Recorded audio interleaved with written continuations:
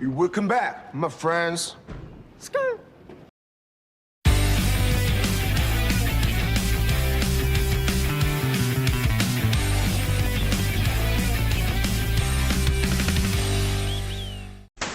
Hi there everyone, just some ordinary dude here, and welcome to another edition of Discussions with the Dude. Today I'm joined by two co-hosts. First of all, we've got returning guest who hasn't been on it for quite a while, Zane. How are you today?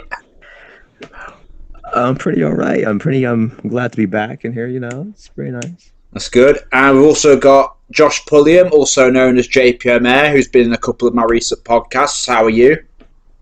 Yep, fine. I'm great. Let's do this. Yeah, and today we're going to discuss, it's sort of like a sequel to a previous podcast I've done. Now, a number of months back with Alejindio, I did do a podcast about wasted Loud House characters, and in that I did mention a couple of Casagrandes characters in the mix. But this time it's sort of a sequel to that. We're going to specifically focus on the Casagrandes, the cast of the Casagrandes, and which characters were wasted or which ones had more potential that could have had more done with them. And we're just going to discuss that here. So I know Josh has quite a few interesting thoughts on this.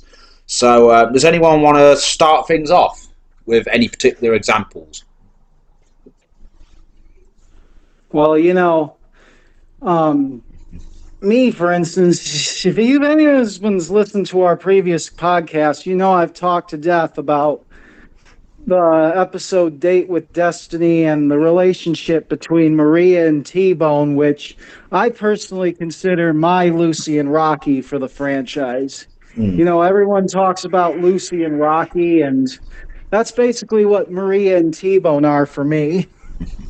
Yeah, because it was sort of, he was introduced as a potential new love interest for Maria Santiago in that episode, but he never really came back again, did he? Like a lot of characters don't come back when they got potential. Yeah, he first appeared earlier in season 1 in VIP'd, and that was our first hint of Maria's backstory, what her past was like, and I wanted to see more of that. Well, yeah. But that never happened, unfortunately. You know what? While you talk about Maria and T-Bone, I'm actually going to say Maria herself, when you think about it, yes, there was a lot done with her in the movie and everything, but in the actual Casagrandes series, she wasn't that present most of the time, was she? I understand the narrative reason that she was away doing... yeah, we get it. She was working most of the time. Yeah, but I think the real reason, that was just an excuse, but the real reason is that the voice actress, Sumali Montana, I think her name is, she wasn't available to do that much voice acting for Maria in the series because she had other commitments. So they could only use her so much anyway. So that's part of the reason why her character didn't get as much focus or expansion in the actual show as I think it could have. So yeah, I get that. So it's like with Maria as well as T-Bone, like I think you could argue for both of them. A lot more could have been done, not only with their relationship, but with like their characters in general. Maria especially, considering she's the mother of Ronnie Ann and Bobby, and out of all the Casagrandes family members, she's arguably one of the ones with the least screen time, actually, when you think about it. Which is kind of a shame. She has a lot of potential when you think about it. And I say this as a guy who hasn't even watched all the episodes of the Casagrandes. But like you got both of you. We get a little bit more backstory about her in the episode Guilt Trip she finds out she wanted to travel around the world and such. Yeah, absolutely.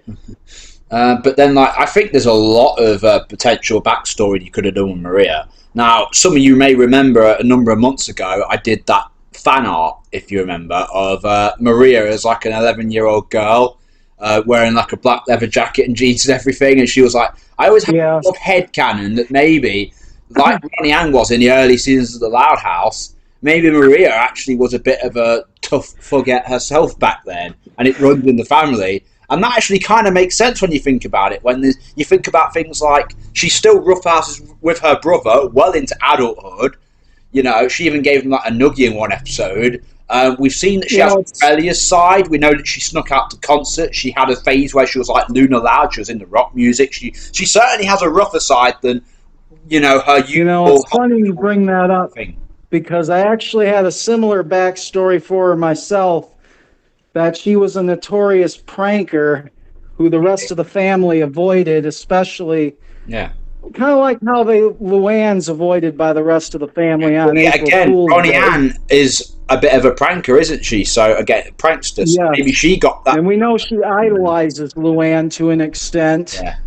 And maybe, And especially in the episode Dread of the Class. so that could be a possibility. So yeah, there's plenty of stuff you could have done with Maria Santiago there, but unfortunately, I think, should we say, backstage politics kind of got in the way of that. Now, the movie did make up for that to some extent, but still, you can only do so much in one movie, especially a movie that's only 90 minutes long. The Casagrandes movie could have definitely been longer. Now, well, as we move on, because there's going to be a number of examples you're going to point out, I'm going to give this one to you, Zane, because I can imagine who your first pick would be, considering who's on all your profile pictures and everything. Yeah. Nikki is obviously your favourite character, so do you want to elaborate a bit on her and what you think the show could have done more with her? Not really, because I haven't watched I haven't watched the Casagrandes in so long. Yeah, but I imagine you must have a decent idea, like memory of it. You know what I mean? Nah, I'm mostly into like different things, so my memory is fading right now. Yeah. Well, even so, I would imagine like it's safe to say that Ronnie Ann's friend group didn't have that many like individual, like they had a lot of episodes as a group, but they didn't have like that many episodes individually, from what I remember. Not too many. Nikki in particular, I don't remember ever getting an episode of her own. At least not. Can you elaborate on that, Josh? You're a bigger Casagrandes guy than me. Oh, I know that Nikki was one of the most unique looking of all of Ronnie Ann's friends. In fact, when you think about it, she kind of looks like a gender swap version of that character Sanji from One Piece. All right. That's why, for the most part, I just called her Girl Sanji throughout the entire series. Okay. Yeah. But she was pretty interesting. I wish they would have did a little more with her. Maybe she had her own single episode. Yeah. I know she had a moment with Lalo in one of the Casagrandes shorts, but that's not a lot, is it? It's just one short. But I'd imagine you. We also know she has a bit of a thing for magic in the episode Fails from the Crypt when she thinks she's using a witchcraft spell book. Okay. I'm thinking, and here I'm like, a wasted potential for a crossover. They could have had her meet Lucy Loud. Yeah, they could maybe have meet Lucy in the Morticians. Maybe a whole Morticians in the Matrix, you know? Exactly. You could have had a meet Lucy and the Morticians and do actual magic, or you could have had a meet Lincoln and do magic tricks together. It's like, yeah, there's plenty of potential, plenty of material to work with there, but they never went into that. I mean, so I suppose we're going on with like other examples. So we've got Nikki, we've got T-Bone, we've got Maria. I mean, there's plenty of other characters you could bring up.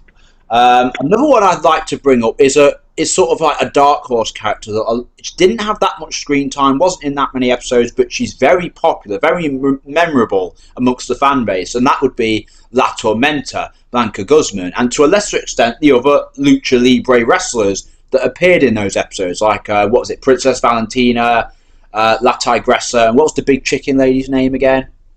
I forget. Yeah, well, don't matter. You all know what I mean. But like those, I know what you mean. You could have like done loads with that. Absolutely. Yeah, like maybe some of those characters cross over into like another example. Big wasted opportunity in Can't Win 'Em All. Maybe some of those lucha wrestlers could have made appearances. That would have been as one of Lynn's opponents. Yeah, like if you notice in Can't Win 'Em All, it even had like the music at the very beginning of that episode sounded exactly like the music that played in the Saving Face La Tormenta episode, the Casagrandes. So that is absolutely meant to be there. But yeah, they even had like those YouTube videos, like those vlogs where Lincoln and Ronnie Ann were talking to each other on the laptops. Those videos on. Yeah. I think you probably know what those are, right? And one of them actually had Lincoln and Ronnie Ann talk to each other, and they speculated, who do you think will win in a wrestling match between La Tormenta and Lynn? And they're like, oh, wow, that would be a cool match to see. Not that it ever happened. So you But could it'll be cool to do see. that. Like Lynn actually becomes a real lucha libre wrestler and goes up against La Tormenta, and that brings us to another example. Becky's another example to a point when you think about it. Like she was in a fair number of episodes, but you could have done more with her and with Dodge and Artemis and all that lot. You know, Exactly. I think the show. Yeah, maybe establish like a friend group of her own, like Yeah, with Artemis, Dodge, and those whoever other else. players. Yeah, and it's like, well, they almost sort of did. Like we saw in the what was the episode? Gossipy Girl. She's hanging around with Artemis, and then we see Dodge later in the same episode by herself. But we know they're obviously together. So it's like you could have a trio there: Becky with Dodge on one side, Artemis on the other side, and they're just like a posse walking around the school. That could Exactly. be a thing. And also, we were talking about a crossover with Lynn wrestling La Tormenta. I've spoken about this many times. A crossover with Lynn and Becky wrestling each other. Counting them all, definitely hinted at that. I mean, just look at Better Big Bucks. We've already touched on that, but Yes, could exactly. still happen. That could happen in the Roundhouse, to be fair, because sometimes Casagrandes characters do still appear in the main show. Even now, like I think in season 9, we had Bobby and Carl appear in that Meet the Parents, that cat episode. That's about it, really. I'm very skeptical at this point because I don't think they'll. Me too. Yeah. It just seems to me like the show's just running out of steam and the writing's pretty much on the wall. They're even starting to release episodes in advance on the sister networks, and that's usually a sign that they're just burning off whatever's left I'd like before to think that closing down shop. I'd like to think they'd at least do that before the show ends. Like you can't do an episode Because, like they did them all and then not follow up on. they did the same thing with Jimmy Neutron, Invader Zim, other shows. I mean, to be honest, I wouldn't mind. Don't last long. I wouldn't mind if the series ended after season 10 because I do think it's running out of steam, and I do think they should just do a reboot in a few years with me. Yeah. But anyway, going back to the main topic, if we're sort of focusing on wasted characters, so we've got La Tormenta, Becky, T-Bone, Maria, Nikki, just to name a few. La Tormenta's wrestling friends as well. I actually think you could have done something there. Like, imagine like a little episode where you see La Tormenta and her wrestling colleagues like hanging out backstage and outside of like their wrestling hours. Like maybe there's some sort of weird friendship between La Tormenta, La Tigressa, Princess Valentina, that sort of thing, and they all like have banter with each other, that sort of thing. That could easily make for a good episode, couldn't it? Yeah. Yes. Yeah. But also, there's also other characters too, like Grandpa Danny, who Oh yeah. in the episode War of the Grandpas. Oh yeah, he had a I wish they rivalry would with have did a little more with him. I know they got that Danny Trujillo guy to play him. Yeah. That was pretty neat. Yeah. Well, yeah, that was the episode where he had a rivalry with Hector, wasn't it? Yep. And then, and he sort of never I really... would have liked to see other members of the different sides of the family. Absolutely. Like, say, maybe explore more of Rose's side of the family. We already had Mama Lupe and Paco. I'm like, why don't we have a little more? Like, in fact, in my Tales of the Great Lakes storyline, I actually do come up with other characters on her side. Yeah. Like, maybe... One of my OCs is a character named Fernando, who is Rose's world traveling brother. Yeah. Okay. And one that, again, like Grandpa Danny, Hector has a problem with because whenever he shows up, he steals the spotlight. Oh yeah. I also kind of imagine Eric Estrada playing this character. That's interesting, isn't it? I don't know. Yeah, I mean, you could... The different possibilities you could get with, like, potential characters and the voice actors that could play them. It is interesting to think about. Like, obviously, this franchise already has a lot of very talented voice actors working on it, like Grey Griffin, John DiMaggio, even though I think some of his characters are overused. You've got like Flip, Catherine Tabor, Christina Pucelli, Nika Futterman, Jessica DeKicko, Laura Jill Miller. You've got like many, Summerlee Montano, like I mentioned earlier. You've got plenty of great, even some of the minor characters in the franchise, like what's her name, Paulina Chavez, who voiced Pungari in the movie. Again, she's actually quite a well-known voice actor outside of the franchise. So you get a lot of stars, and then you also get people like Cree Summer and Brett Bassinger, and even Tara Strong. Have you ever noticed Lynn Jr.'s friendship group has all these star voice actors playing them? Margot has Brett Bassinger, Paula has Cree Summer, and Maddie has Tara Strong, and it's interesting. Right? It's geez, you give these A-list voice actors and you barely do anything with them. Yeah, I know. Well, part of the problem is, again, like I said, politics. Somali Montano couldn't have played Maria that much because she had other commitments. And I think Brett Bassinger is the same. She plays a lot of other characters in other franchises as well. And I think there is a once-a-season deal. I've mentioned this before, but, you've all heard it, haven't you? She only voices the character once a season. Yeah, that's weird. Yeah. So that's the thing. And I just don't... I think the show has so many characters, but I don't think it knows how to balance a focus between all of them. It doesn't know what to do with most of them. I think it's the fact that, the writing staff we've got are very talented and passionate, but I think their talent is somewhat limited. They can make a good... I think I know what you mean. Yeah. For another example, is that Coach Crawford character. Mike played by Jonathan Banks. Yeah, Jonathan Banks, Mike from Breaking Bad. Brilliant actor. One of my favorite. But I think they could only afford to put him on there once, which is why they replaced him in the later season 2. He looked just like the real John. He looked like Mike Ehrntrout, a bit fatter, but he was like Mike Ehrntrout. I know. I actually watched clips online, and he they look looks exactly like Crawford. Yeah, it's so jarring that they based his character on him. It's quite funny, actually. Yeah, another really big voice actor, actor in the world of things. He's a massive name. He's been in The Incredibles 2. He's been in Breaking Bad and Better Call Saul. You know what I mean? They've got a lot of talent in the voice acting department. Unfortunately, we don't know how to put some of them to good use. It's a shame, really.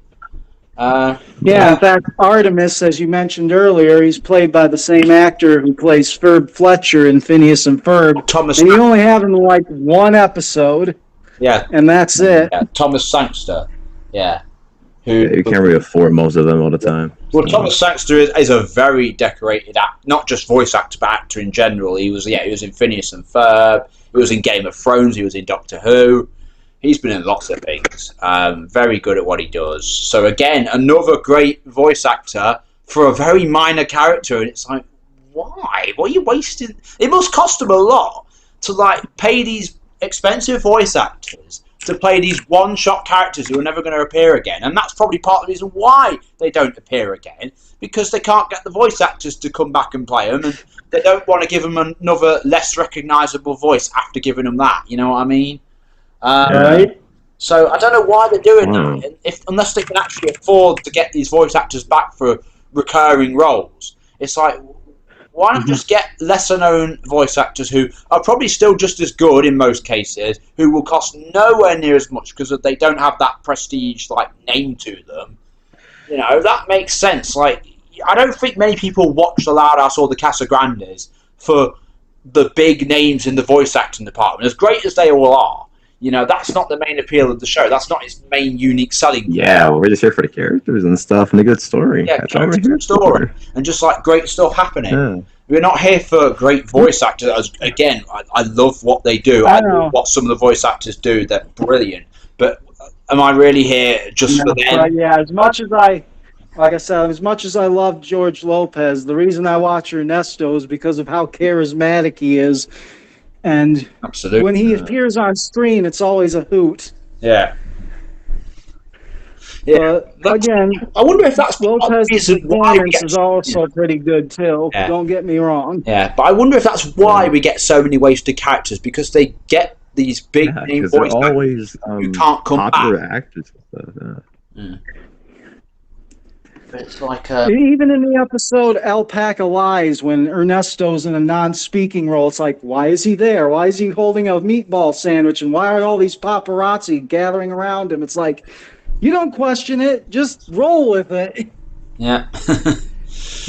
It's like, I don't know. It's one of those things where you do wonder if it's like It's political. like, come on, man, let the man have his meatball sub.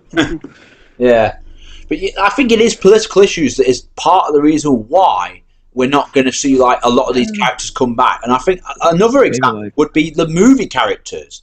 Like, got David Tennant, another major actor. Like, he's brilliant as the Doctor and Scrooge McDuck and everything like that. You know, Morag, who also played Missy in Doctor Who, and then again Punguari from the Casagrandes movie. Now, what's the problem with any of those characters coming back from the first Loud House movie or the Casagrandes movie?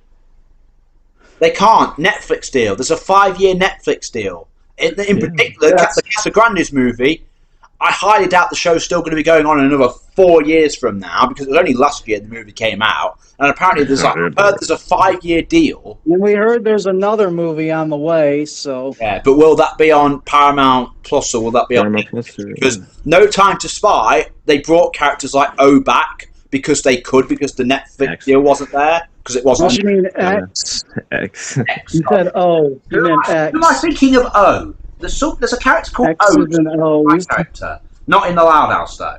But yeah, X then. You know what I mean. But yeah. I don't know what I'm thinking of. I'm thinking of Agent 000 from Phineas and Ferb. That's what I'm getting it mixed up. Remember that? When Perry the Platypus went to London and they went up Big Ben. I'm confusing that character with X from the No Time to Spy movie. That's what I'm doing, because they're both spy characters. But yeah, X did come back in the Loud House because No Time to Spy didn't have that Netflix deal, but the Casagrandes movie and the first Loud House movie did. So we never saw Angus come back, we never saw Morag come back, and sadly, as much as I want to see her come back, she's already one of my favourites, I don't think Punguari from the Casagrandes movie or her parents are going to ever return, which is a shame. Yeah, that's a real shame. Yeah, like we have to have... That's why I think... Yeah. If the franchise ever does get rebooted, they should just make it a Netflix exclusive so that they can make all that canon. Or just find a way to work around political matters and industry matters, so that, you know, you don't have issues like this. Like, part of the reason I think Flip is overused so much is because they've got to deal with John DiMaggio.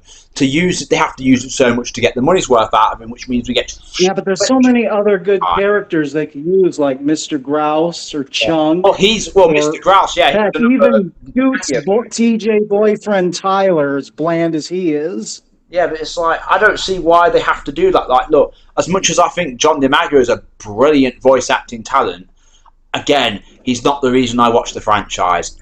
I don't want to see him Flip all the time. That's the reality. Nobody does. So, it is politics. Like my friend Sebastian says, there's no escape from Flip.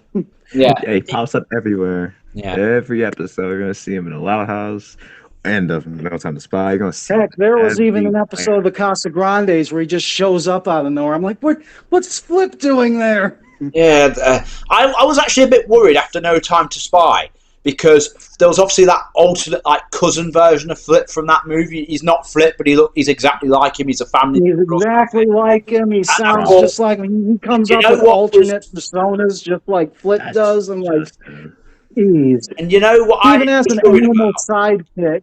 Yeah, you know what I was worried about after that film? Like, because the European road trip arc was coming out shortly after, wasn't it? And I was actually worried for a second.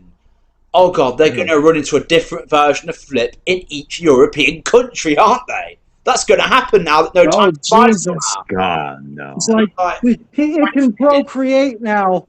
Yeah. Oh God, what have we unleashed? Yeah, God, it's like the writers don't understand that we don't want to see these. Like, they're doing the same problem as The Amazing World of Gumball, as great as that show was. It focused a lot on the characters that weren't interesting. And it didn't do that much with so many characters that were potentially more interesting. And the Loud House and the Casagrandes, that franchise has the same problem. You know, like, we want to see more of characters like the ones we've mentioned, like Maria, like Punguari, like Natomenta, like Becky. and then others from the Loud House that we also talked about before. You know, we want to see more of these characters as well as the main characters, because then the main appeal of the show, of course they are. We don't want to see lots of Flip. We don't want to see lots of Scoots. We don't want to see lots of so on and so forth. Yeah. And we don't want to see that much of Sergio. Characters that just keep getting on your nerves and stuff. Yeah. Those are the ones they always have to focus on. Yeah, I don't know why I don't know why they do this. Is this do the kids like this? I can't imagine Flip's a fan favorite with children. That's the only thing you can think of. I can imagine that. If there's some research that Nickelodeon and the Loud House staff do to find out because obviously we're not the core audience. The children are the core audience, if you like. Yeah. If they do some market research to what kids sample groups of kids like, I'd love to find out what the results of that told them. I'd like to know what info they got about what their core audience allegedly likes from the show. Because I can't believe for the life of me that Flip is a fan favourite amongst any portion of it. Yeah. I can't imagine. I know he's not one of my favorites, that's for sure. I mean, he's okay sometimes, but same just with the Casagrandes as well. Sergio, and to a lesser extent Carl, although I do actually like Carl quite a lot. I think he's a good character. But he was overused. That's what my niece calls him. That's ever... Yeah. And Sergio, again... Yeah, again, Sergio, he was okay, but again, they overused him a lot as well, from what I remember of that show. And it was of all the characters they brought back for season 7 of The Loud House, of course it had to be Sergio, because, never mind back characters like Sid and Adelaide and stuff that we want to see more of. Let's bring back... But I don't think that's ever going to happen. No. Well, that's just a shame, isn't it? Because you could easily do lots of episodes, like a Carl, Adelaide, Lana and Lola episode. I don't even care what that will be about. I just want to see those 4 together. Come on. Everyone wants to see that. Right. Yeah, but they won't do that, will they? They don't want to do the fun stuff. They want to focus on the boring. The fun potential is right there, but they just don't want to do it. No, it's why the show needs both the Loud House and the Casagrandes, the whole franchise just needs a revival, a restart. Hit the reset button, start again. You have none of the blunders, none of the issues, none of the creative stagnation, and you just make magic from beginning to end. That is what should happen, but nobody's trying to make that happen but me, and I can't do it on my own, so there you go. Exactly. Yeah, it's like... You're not going to give that up. You're just going to keep talking about it. Another set of characters... There are actually 2 more characters I want to bring up that have made kind of a revival already. I mean, kind of a comeback already, and those are... Cindy Tran and Doyle. Oh, yeah. Cindy Tran first appearing in the episode Babysitter when both Bobby and Carlota were taking turns going to Par's birthday party and babysitting the rest of the Casagrande kids. Yeah. Yeah, she was set up as Carlota's personal fashion rival, and she was recording of a whole birthday party going on, and yeah. And then there was that Doyle character from the sign spinning episode. I remember that. Yeah. And yeah, like I said, those 2 did sort of make a comeback. They each of them appeared in 2 of the Loud House comics. Oh yeah. Comics only. Yeah, they had. Yeah, Doyle actually had his own mini chapter in that one. All right. What did he do there? Well, he was basically trying to outdo himself with all his charity events. Yeah. Every day he's another character he's trying to do everything on his own, tire himself out, and then the next day he just got help from a bunch of people. Yeah. Again, he's sort of a athletic competitive type, so he could be a rival for Lynn Jr. maybe. Exactly. And then there's this one where Carlota and Ronnie Ann are entering Lalo in a dog fashion contest, and Cindy Tran is there again. Yeah. So it's you have so much there's all these potential great characters out of people that ones are only shown it once or twice, and the show just doesn't Casagrandes and the franchise as a whole just doesn't do anything with them, and you just wonder why. Why, when you've got so it's much like potential? Like, it's like these characters are getting more love in the comics than they are in the actual show. yeah. Yeah, And like a lot of that shouldn't be. I think part of the problem is also the fact that the normality is 11-minute episodes for both shows.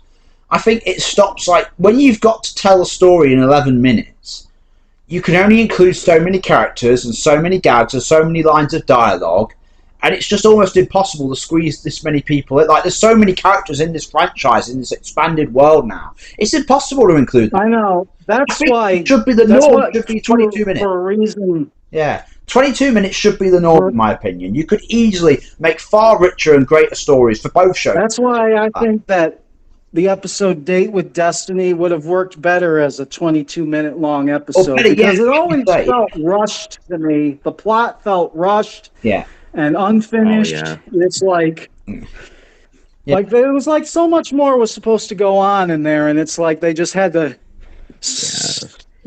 cut a bunch out for time just because it was 11 minutes.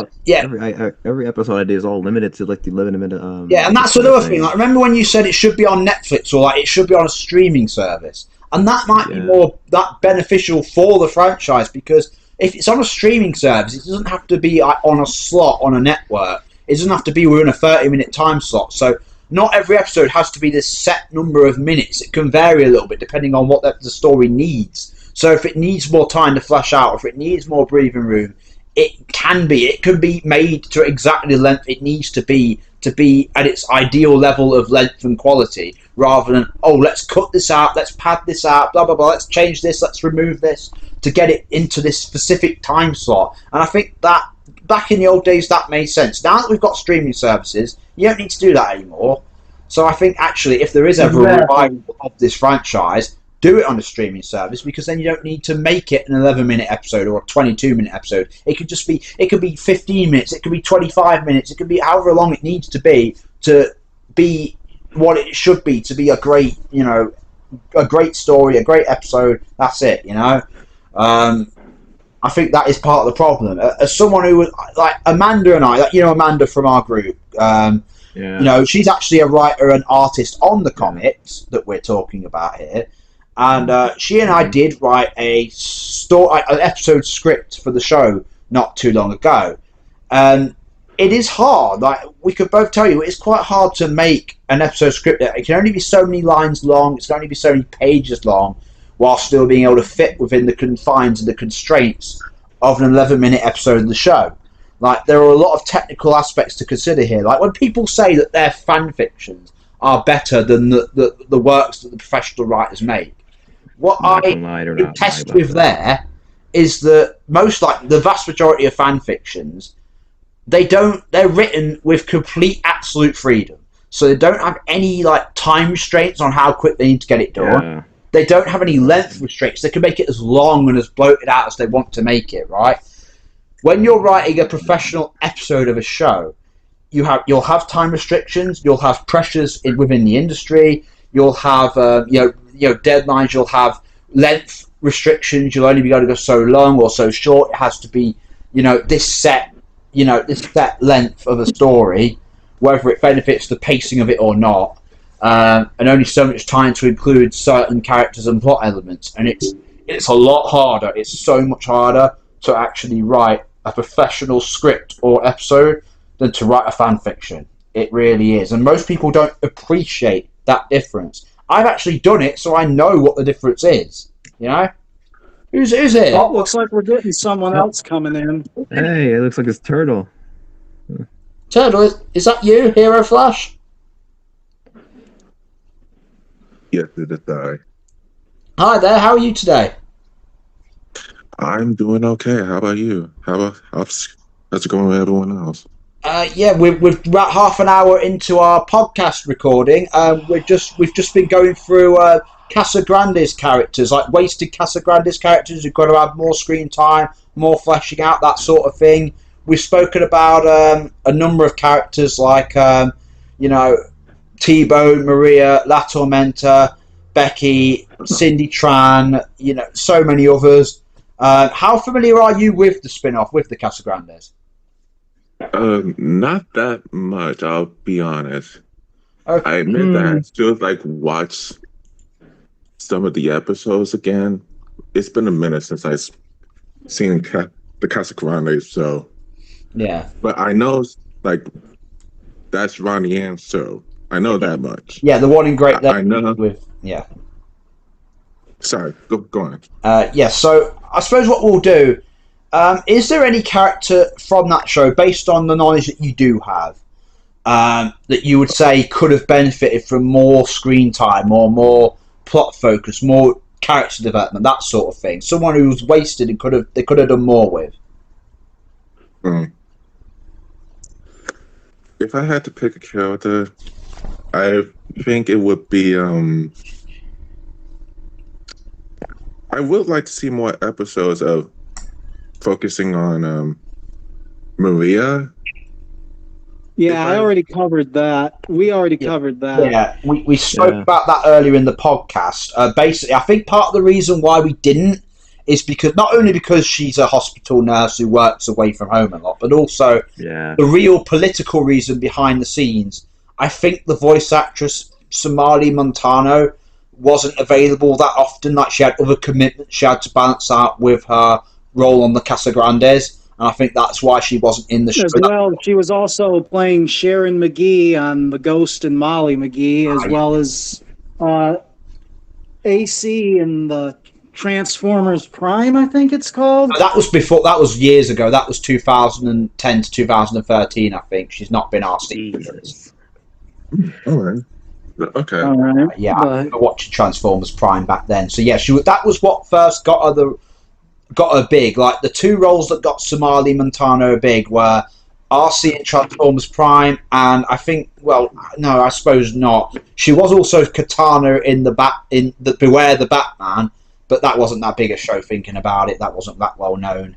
But those were like her first two big roles in the animation world, I think. But yeah, I think she was in some other things like The Ghost of Molly McGee when the Casagrandes was running, and as a result, she couldn't be Maria that often. It was kind of a shame, really. Yeah. Okay. Yeah. Yeah, but the movie did do more with her, to be fair. Well, to a point. Yeah, that movie almost felt like fan service, the way they were focusing on Maria and Ronnie Ann.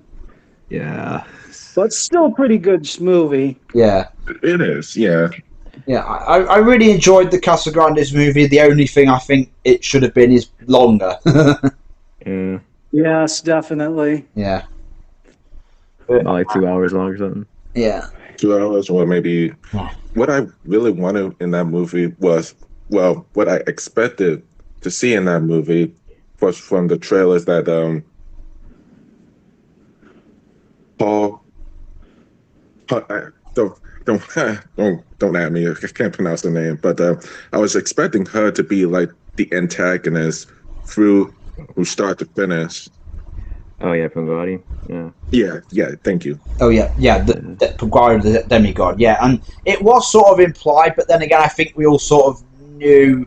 I was sort of suspecting deep down last year when I saw all the marketing for it that, yeah, I imagine there's going to be like a twist there where she's not really going to be the villain, and sure enough, that's exactly what happened. We got some Yeah, they even foreshadow it in the opening prologue when you see you like a see split Akuma's shadow behind her. Yeah, there's a split second shot of Akuma appearing behind her, and you don't really notice it the first time because you're focusing on what's going on between Pungari and Suzuki. But yeah, obviously that is there. It does come back at the end, and yeah, obviously there was going to be another more monstrous antagonist because that's just what they were going to do. They weren't going to have a basic. Well, she's not really a child, is she? But you know, someone who looks like a child be the main villain of the film. They weren't going to do that. Even though she was just basically like what Ronnie Ann. She was serving as a sort of metaphor about what Ronnie Ann was going through with her parents. Yeah, it was basically the same thing, wasn't it? True. Yeah. They even like hinted at it at the very end, like Ronnie Ann and Maria have like this big talk at the end, and Pungari and Suzuki have the exact same talk as well at the same time, and at the end it even ends with like, but not until you're 30,000. Right. Now that's the thing. Like, if Punguari comes back in like 50, 60 years' time, Ronnie Ann will be like an elderly woman. Like, you imagine, like, would there be an episode like that or something? That would be a bit weird. And Punguari would still look exactly the same because 50, 60 years to her. She's a demigod. Yeah, Yeah, demigod. So, but they said they're immortal, so I'm assuming they never get old. Like, even like they eventually after like the point of Suzuki and Chipiri's age, they probably just stop aging after that point when they're at young adult level. I'm guessing is like what they do because it said they don't age. So, yeah. Well, yeah. To be fair, there's like different levels of immortality. It's just ageless and actual immortality where you can't die. So. Well, that maybe he's just ageless. Like, if they aged until the point they couldn't... Like, I sort of did that in The Lad's Finest Hour, actually, where I have them lose their powers, and, like, Virubus steals their powers, and they just shrivel, like, they become these decrepit husks. And obviously they get fixed at the end. Yeah. That did happen. That's what I was referring to, because when I saw that commission, I was thinking, like, oh, so they can age. I don't think I actually did that. Technically, I don't think... Did I do one where they were physically aging? I don't think I've actually done that. I might do that soon. No, you did. No, you didn't. It was just that with Vertebrae was grabbing them. Yeah, that's what I was grabbing thinking. them and he was sucking away their powers. Yeah, with his power suit. That was at the very beginning of like the prologue of version 2 of The Lad's Finest Hour. So he steals the he's going to steal the Mask of Many Faces. Obviously, the gods try to fight him, try to stop him. They are beating him, but then he sucks their powers away. And later in the story, they do age. Well, the two parents age because they're actually thousands of years old. Without their power, without their immortality, they're quickly reaching their actual age. So obviously that would be a bit of a grim way if they weren't fixed at the end. But yeah, I'm assuming like with their power, they just don't get old. I'm guessing that's how it works. Because otherwise, what if they live for 1,000,000 years and they look like, I don't know, like remember that episode? I don't know if any of you watched Doctor Who, and he looks like this 900-year-old, like little old wrinkly pixie thing. I think I vaguely remember that. Do you remember the one where the Master has him in a cage, John Sim and David Tennant, and he like ages him to 900 years? Yeah, I think so. And Yeah. my knowledge of Doctor Who isn't that great since. Well, that was. I've only seen about clips and stuff on the Or, do you YouTube. remember, That's my furthest knowledge of the franchise. Here's another example. Have any of you seen Justice League and Justice League Unlimited, the cartoons from the 2000s? Yeah. I know where you're going with that. I vaguely remember that. Morgana's son Mordred loses his immortality, and he ages into a decrepit old man that's just sitting there in a chair drooling. He can't move. But he's immortal.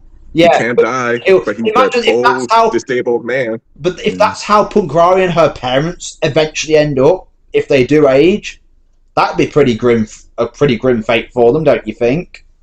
Yeah, the only DC-related thing I watched in the early 2000s on Cartoon Network was Teen Titans. Yeah. I mean the original Teen Titans, not that crappy Teen Titans Go crap. I don't watch that, but yeah. That's all right. What are you talking about? Teen Titans Go is an amazing show. It surpassed SpongeBob. I'll admit I liked the movie. I liked Teen Titans Go to the movie. No, I don't like the movie. Other than that, I thought that was funny as hell, but I mean, especially Will Arnett playing Slade, the voice of BoJack Horseman, and hamming him up. Yeah, that was pretty hilarious. Yeah. Okay, well, so yeah, I mean, I never watched that much of Teen Titans back when I was a kid, even though it was around in like my time. So as someone who's like only watched a little bit of the original Teen Titans, I don't mind the existence of Go that much. I accept why it's disliked because like the original Teen Titans, it sort of ended on like a bit of a unresolved story arc, didn't it? Like there was this whole thing with Beast Boy and Terror, if I'm not mistaken. And things change. And then it we just meet a girl who looks exactly like Tara, only she has no memory of her past. Yeah, and I think And it's like she's a completely different person. And then the show just ends there, and I think for years people were like, we want to see it come back, there's more you could do with it. And then the show did come back, but it's a completely different show. It's not even remotely the same thing. It's basically a big piss take. And I think people hated it for that originally. But having looked at just a few episodes, I'll admit... Well, we really went off the rails here. We were talking about Casagrandes, and now we're talking about Titans go. But yeah. Getting a little off topic here. Yeah, we always do. We always fucking do. Every bloody podcast. Don't worry. That's how conversations work, though, isn't it? You talk about one thing, you bring up a sub point, you elaborate on it, it brings up another sub argument, and you end up going completely something else. But yeah, and it keeps it going. It makes it alive. Yeah, but just for this next example, I want to bring up something, and you know what made the Loud House side characters so memorable was that they got to expand on them a little more, like like Lincoln's friend group. We got to see more of their family members. Like we got with Clyde, we have the McBrides, we have Liam's Meemaw. Yep. We even get to see Stella's parents. Yeah, although only briefly though, I think. But yeah, like it's weird. Like with most of Lincoln's friends, I think they're all right. But you know, I wish they would have done the same with Ronnie Ann's friends and the Casagrandes. Yeah, I mean, aside from the Changs, the only other character we saw was Casey's dad, Alberto, in the episode Meal Tickets. Oh yeah, and it's like, why couldn't we see many more of that? Like who is Nikki's parents, for example? Yeah. Well, I get earlier. The only thing about Laird we know about is that he lives in a mansion in the end of Home Improvement.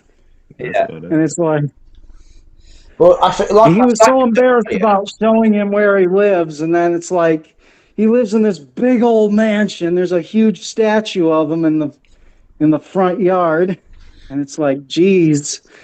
And then Ronnie Ann's like, you're embarrassed because you live here? Exactly. I was going to say something about that. It's like, why? So obviously it's implied that Laird is some kind of millionaire or something. His parents are rich. But we don't know. But we never get to see that explored any. Yeah. Yeah, the show never really explored. The only thing we know about Samir is that he stated in the episode City Slickers that his family came from Kansas. Yeah.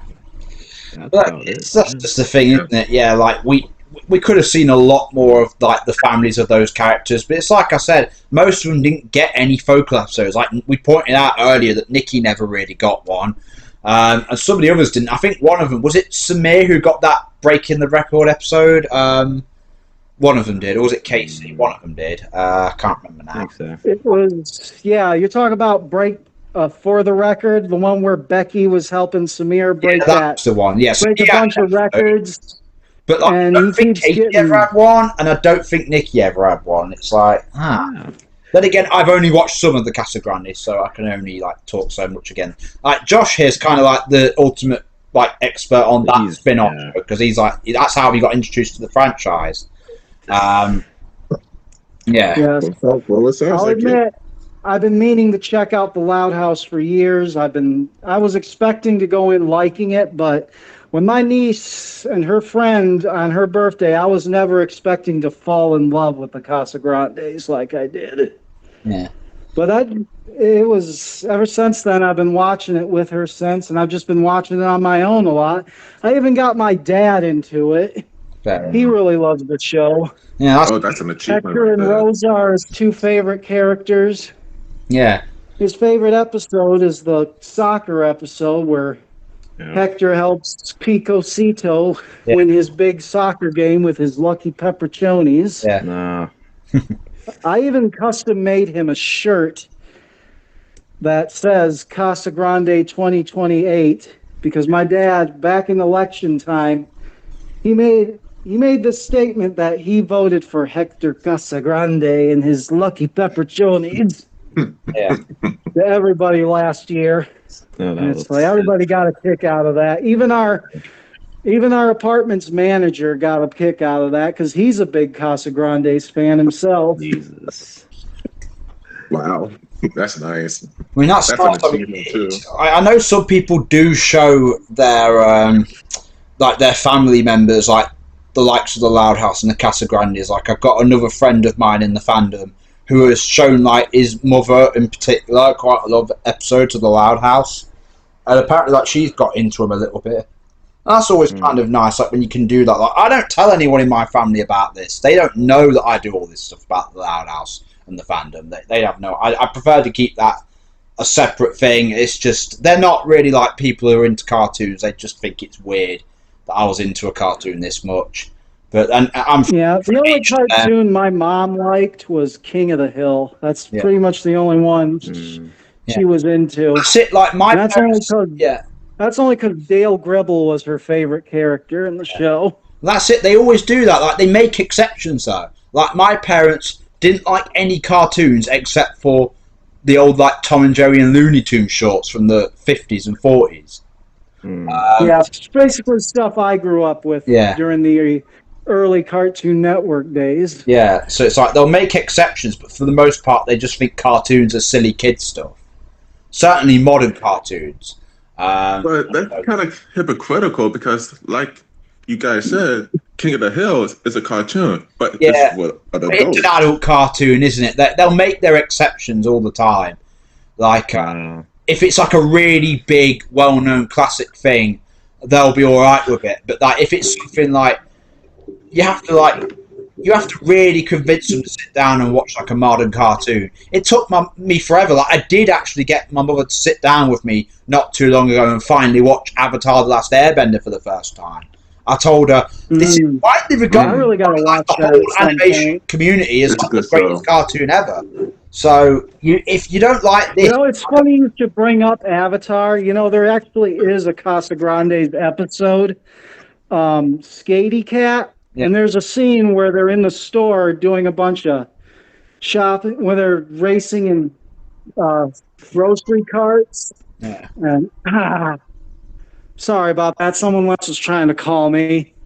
Yeah. Anyway, it's just an unknown number. I ignore those. Anyway, they were racing in grocery carts in the store, and they actually make a Last Airbender reference with this guy. My cabbages! Because that's apparently a running gag in Avatar: The Last Airbender. There was also another episode of the Casagrandes where was it the Loud House? There was an episode in one of them where there's a scene at the swimming pool and you see these old granddad Nickelodeon cartoon. Yeah, that Easter egg with all the elderly Nicktoons characters. Uncle Iroh was in there. Uncle Iroh. Yeah. Ms. Bitters. Yeah. Ms. Fowl. Yeah. I remember that. That was quite funny, I suppose, but yeah. It was pretty good. Yeah. What was the premise of that was from episode? The episode Link or Swim. Oh, yeah, that was the one where Link wanted his own swimming pool because they kept getting kicked out of all the pools. Oh, yeah. That episode. Season 1. Was season 1. Really loved it. Yeah. But yeah, I do remember that. Anyway. So, does anyone have any other particularly notable examples of? I remember in one of your earlier podcasts, you were talking about diversity and stuff. Well, that was the one we did about a week ago, or 2 weeks. How the Casagrandes was a platform about exploring other cultures. Well, here's a fun fact that I was brought to my attention sometime last year: is the Changs, particularly Sid, Adelaide, and Becca Chang, their mother. Yeah. Originally, she was going to be established as an Australian, and as a matter of fact, it makes perfect sense because her two daughters, Sid and Adelaide, are named after two major cities in Australia. Oh yeah. Yeah. But when they auditioned for her role, Melissa Joan Hart said she was interested in playing the character because her kids were big Loud House fans. So they decided to reestablish her as an American since, Melissa Joan Hart was playing her by then. Yeah. Well, fair enough. Yeah. I mean, they all end up being great characters anyway, didn't they, the Changs? I mean, if Becky was Australian, would they have also made Sin and Adelaide have a bit of an accent? I don't know. Like, oh yeah, that would happen. That's a possibility. Yeah, you don't know how that would that have went well or not. You're not sure. Yeah. I mean, I don't know. I mean, that make them better or worse. Yeah. But then again, she could still have some Australian roots. Just because she doesn't have the accent, it could still be established that she has some Australian family heritage. Yeah. But I mean, for example, you got movies like Fern Gully and The Rescuers Down Under. You barely hear any Australian accents from any of the main characters. Like George C. Scott's character McLeach, he just sounds like George C. Scott. Yeah. It is what it is, isn't it? So, yeah. So just before we end up, because we're almost an hour into it now, believe it or not. Does anyone have any other last minute notable examples? Any other characters they want to bring up before we wrap things up? I do want to bring back to Nikki. That's the one thing. Yeah. Talking about tides, different things and stuff. Like she's supposed to be from Switzerland and stuff. We don't really see most of that side of Nikki or anything from Switzerland, from the Casagrandes or anything really. All right. What was there a hint she was from Switzerland then? Again, I've not seen all of them. No, it was one of the original. I think it was the original draft of the Casagrandes intro that Nikki was holding up the flag. I actually do have that saved in my favorites on YouTube. Yeah, so she has a Switzerland flag and it implies that she's from Switzerland. Yeah, everybody's in the building carrying a flag that represents their nationality. Like all the animals, all their flags are just their animals. Well, wouldn't that have been funny? Remember there was an episode in Switzerland, wasn't there, with the Loud House actually? Exactly. You could have had Nikki in there. What if it's that Nikki and Henry? Say Nikki was there visiting family, and she runs into Lincoln and crew. Yeah, let's say Nikki and Henrik are cousins. Why not? Oh.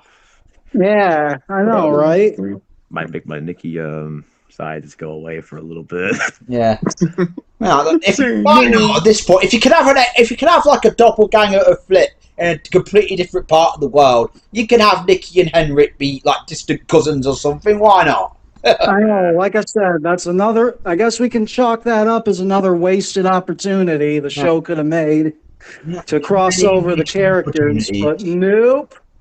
Nope, we got to focus on our main show and they downplay everything else. Yeah, they just they do a lot of that in the Loud House. That's for sure. Yeah, because it keeps going on, and they have to make new characters to make the show more fresh, and it's not really interesting at that point to make new characters that much. I know. They even make these new. In the summer camp arc, they even come up with these two new characters, Marshall and Iggy, and it's like, why are they bringing up these new characters when we're never going to see them again? Yeah, I mean, I know we're going to see River again maybe at some point. Well, I don't know because how many boyfriends has Lenny been through now? Yeah. Yeah. How many boyfriends has Lenny been through now? Chaz, Scott, Gavin. I know. Next season she'll get a new boyfriend by the looks of it. Yeah. She has about as many boyfriends as Lincoln has voice actors. Right? Jesus, just stay with one boyfriend, Lenny, for crying out loud. Yeah. No, she's for the streets. She's for the streets. I don't know. That's just. I do wonder, if there's a lot of talented writers and stuff on the Lincoln show. and Clyde both have two different voice actors in the summer camp arc. Get girls they to voice them. To switch them out once every season. Yeah. Just get girls to voice them, and then you can do it permanently. That's it. Yeah. Don't see why I can't just do that. Mostly because they want to keep the two, the one only boy in the family type thing. They're gonna keep doing that. Like all the other male characters in his friend group, like Zach is voiced by most Jessica of them are Kiko. all girls. Liam is voiced by Lara Jill Miller, and that's just fine. So why can't they just have Lincoln and Clyde be voiced by girls as well? Why not? They're meant to be kind of effeminate. I know. It's just, But to be fair, the young I guess they're boys, just trying to go it's for a gonna more sound authentic awkward thing if or it's something. I think they're just going for authenticity for Lincoln because it's very same inefficient. with Clyde. He's gone through different voice I know. actors too. It's very In inefficient. fact, a lot of Yeah, they these are. original actors even come back as other characters, like the Grant Palmer has original been the Lincoln guy who plays working. that Grant character. Yeah. And we got I think his name is he works at the Burp and Burger, but he's played by one of the original Clydes. I don't remember. Oh, that I know what you're talking about. I forgot his name. The one who wanted Benny to fire Luann. I forget his name. Oh, I think yeah. it starts was with it Andre? Andre. That might be it. Also, Andre Robinson was one of Clyde's voice actors, so I'm assuming it's him. Yes. Yeah. Like, if you can bring back one of Clyde's original actors, I'm sure you can just replace Lincoln with some girls or something. I don't know. Yeah. I don't know. But, it's been an ongoing gag for so long. I mean, Might as well I keep it remember they going. doing the same thing in Hey Arnold. They had that Wolfgang character played by one of the original Arnolds Yeah. in the later seasons.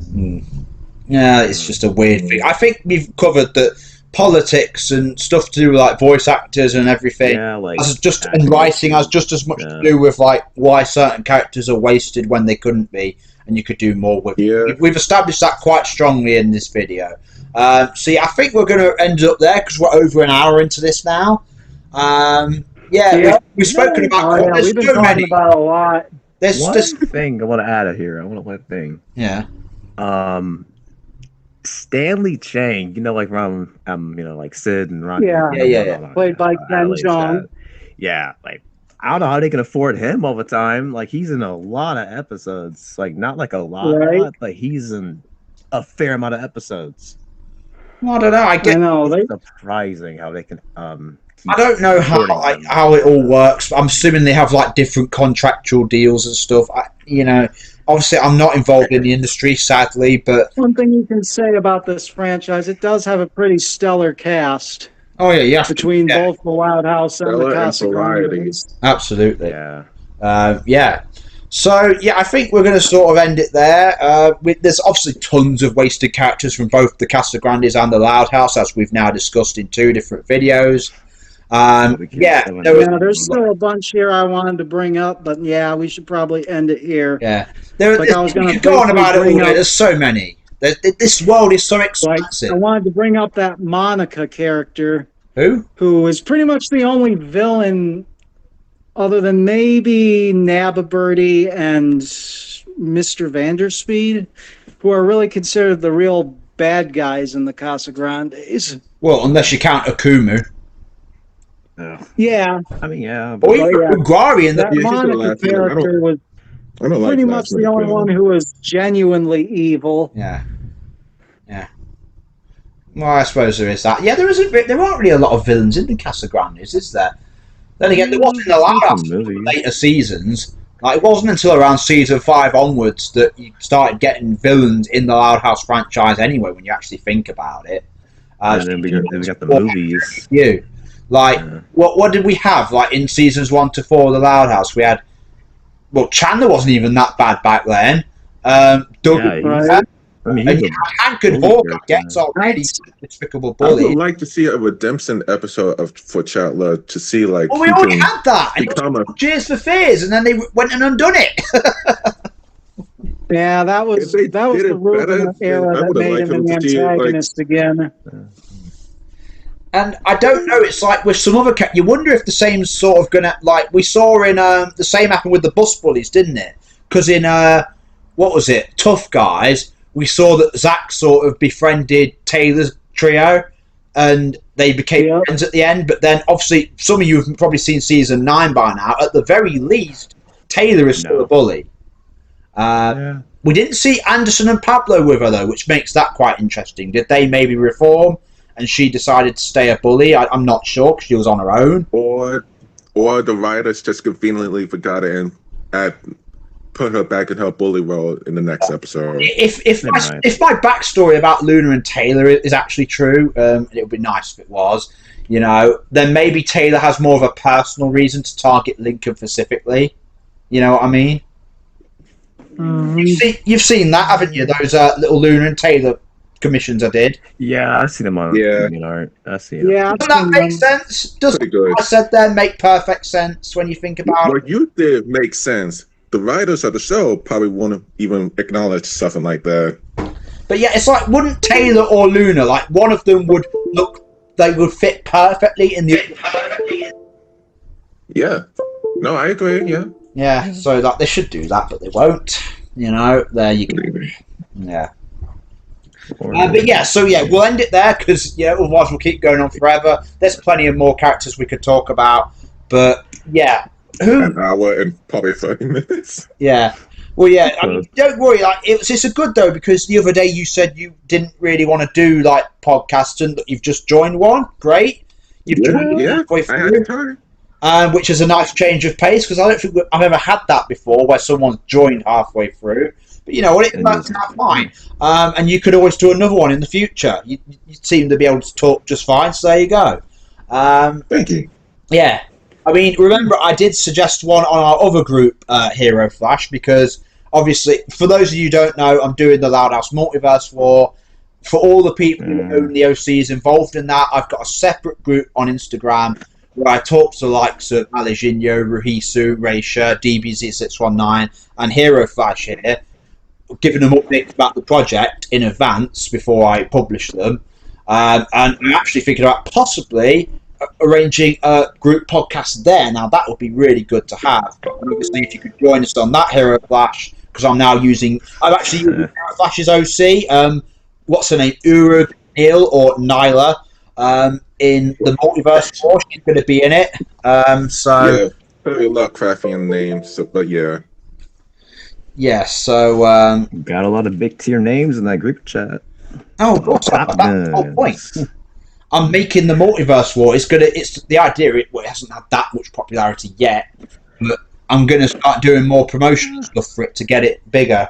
Those artists make some promotional stuff around, like have them do it. Like they're the bigger people. Have them support your stuff. Like it makes no sense. It makes perfect sense to do it.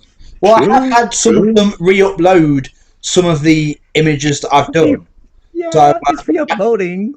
So like the art, you can make some art for the Multiversal War for not you, for them. I was actually planning on doing something like that too, just for the side.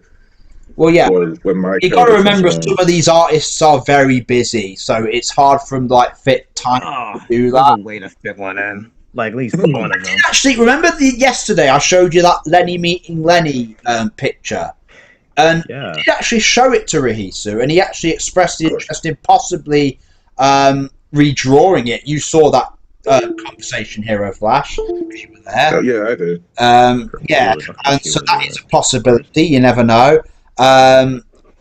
Rachel GS might do something because he's very excited about it. He might do something about it. So, so that might be a thing. I'll see what happens. But I do have a big post planned where I'm going to look up all the main people in each of their followings, and I'm going to post a big thing on DeviantArt with all their usernames linked to it. So it'll have hundreds of people all on there and say, look, if you're not already aware, this is a thing. I know you're a fan of these people. Read this story and look at this art. Yeah, that's how that happen. It's marketing, isn't it? It's promotion. That's what in business they call it a mail shot. I'm doing the DeviantArt version of a mail shot. You know what I mean? Yeah, basically, yeah. That's the thing I'm going to do today.